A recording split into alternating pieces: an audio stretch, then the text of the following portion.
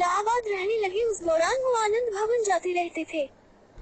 1933 में 21 साल के फिरोज गांधी ने 16 साल की इंदिरा के सामने शादी का प्रस्ताव रख दिया, लेकिन इंदिरा ने इसे खारिज कर दिया।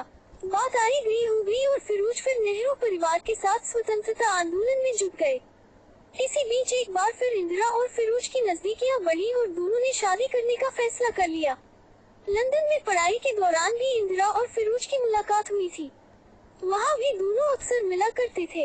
महात्मा गांधी ने दिया था सरनेम।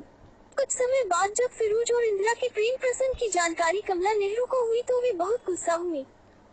दोनों के अलग अलग धर्मों के होने की वजह से भारतीय राजनीति में खलबली मचने का डर जवाहरलाल नेहरू को भी सताने लगा था।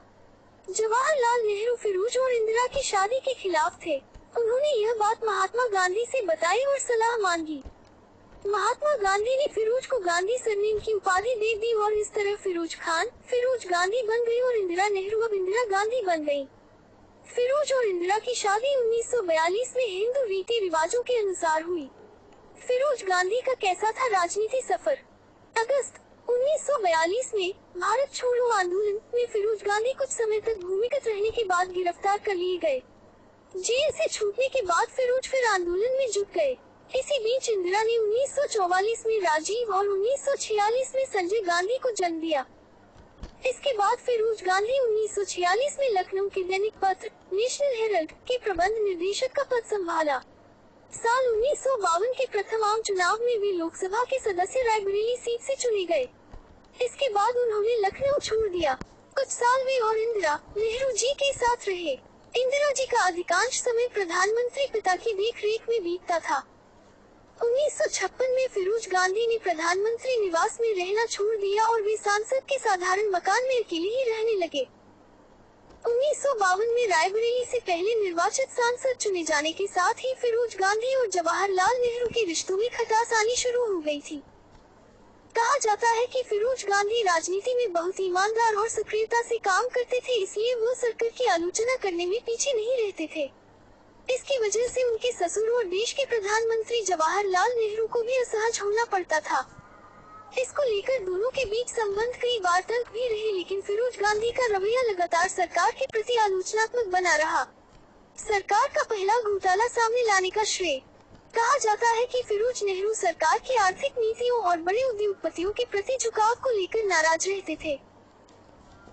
कहा जाता है कि आजाद भारत में सरकार का पहला घोटाला सामने लाने का श्रेय भी फिरोज गांधी को जाता है, जिन्होंने दिसंबर 1955 में एक बैंक और इंश्योरेंस कंपनी के चेयरमैन रामकिशन दालमिया के फ्रॉड को उजागर किया, जिन्होंने बैंकों के पैसे का उपयोग निजी कंपनियों में निवेश के लिए किया था।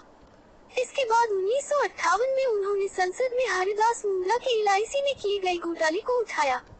उन्होंने ही देश की राष्ट्रीय इंश्योरेंस कंपनी में हुए इस बड़े घोटाले का पर्दाफाश किया था।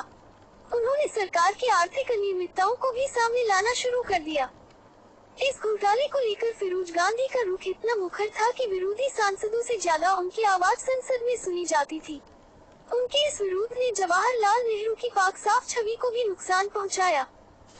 ये फिरोज गांधी ही थे जिनके आवाज उठाने के कारण नेहरू सरकार के वित्त मंत्री TT कृष्णमाचारी को इस्तीफा देने के लिए मजबूर होना पड़ा। इसी के साथ ही ससुर जवाहरलाल नेहरू और पत्नी इंदिरा गांधी से फिरोज गांधी की दूरियां बढ़ती गईं। एक समय ऐसा भी आया जब दोनों अलग अलग रहने लगे।